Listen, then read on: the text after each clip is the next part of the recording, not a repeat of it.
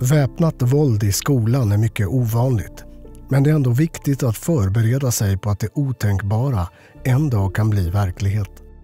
Det finns ett antal åtgärder man kan ta till för att öka skyddet på skolan och minska sårbarheten.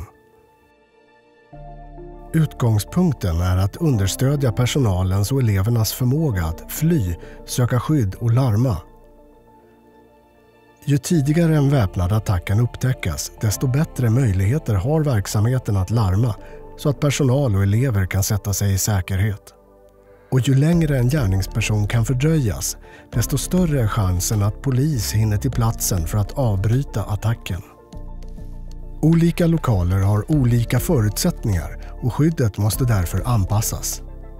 Men eftersom de flesta attacker startar i byggnaders huvudentréer är det viktigt att det finns uppsikt över entrén och gärna ytan utanför. Det ger möjlighet att snabbt kunna upptäcka ett hot, varna andra och larma 112. Men även att kunna stänga entrén vid behov. Det är bra med så få ingångsvägar som möjligt, men man måste göra en avvägning om hur tillgängligt och öppet något ska vara i förhållande till hur säkert det ska vara. Det är bra om det finns något slags tillträdessystem, som en kortläsare eller en kod för att ta sig in. Man kan även uppmana besökare till skolan att hämta en besöksbricka i skolreceptionen. Sådana åtgärder hindrar inte en potentiell gärningsman men ökar chansen till upptäckt och därmed möjligheten att varna och larma. Om en attack skulle ske, undvik att utlösa brandlarmet. Det kan medföra ett felaktigt beteende hos såväl räddningstjänst och polis som hos de som befinner sig i byggnaden. Sätten att varna andra kan istället vara ett särskilt varningssystem eller ett högtalarsystem. Om det finns naturliga avgränsningar mellan olika delar av skolan så är det bra om dessa snabbt kan låsas. På så sätt begränsar man möjligheten för en gärningsperson att fritt flytta sig mellan olika delar av skolan. Det kallas för sektionering. Vid en väpnad attack så finns det 3 grundläggande metoder för att öka skyddet. Utestängning, inrymning och utrymning. Principen är detsamma oavsett om man är i en skola eller någon annan fastighet. Utestängning innebär att hela fastigheten stängs för att förhindra att gärningspersonen tar sig in om attacken sker utanför byggnaden. Inrymning innebär att man stänger in sig i en del av byggnaden genom att söka skydd i ett säkert rum. Vilka rum som är säkra i byggnaden bör vara identifierat på förhand. Ett säkert rum kan exempelvis vara ett mötesrum, förråd eller klassrum.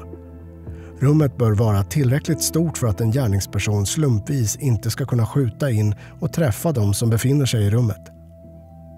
Det säkra rummet bör också innehålla flera dörrar, vilket ger möjlighet att fly i olika riktningar. Dörren ska helst kunna låsas snabbt med ett enkelt vredlås från insidan. Det är olämpligt med ett lås som kräver nyckel på insidan. Om dörren är utrustad med ett kortlås på utsidan så bör tillhörande passerkort kräva en PIN-kod utifall att gärningspersonen har fått tillgång till ett kort. Dörren bör vara rejäl av till exempel massivt trä där ett försök att bryta upp dörren kommer att ta lång tid. Dörren ska helst inte ha något fönsterglas.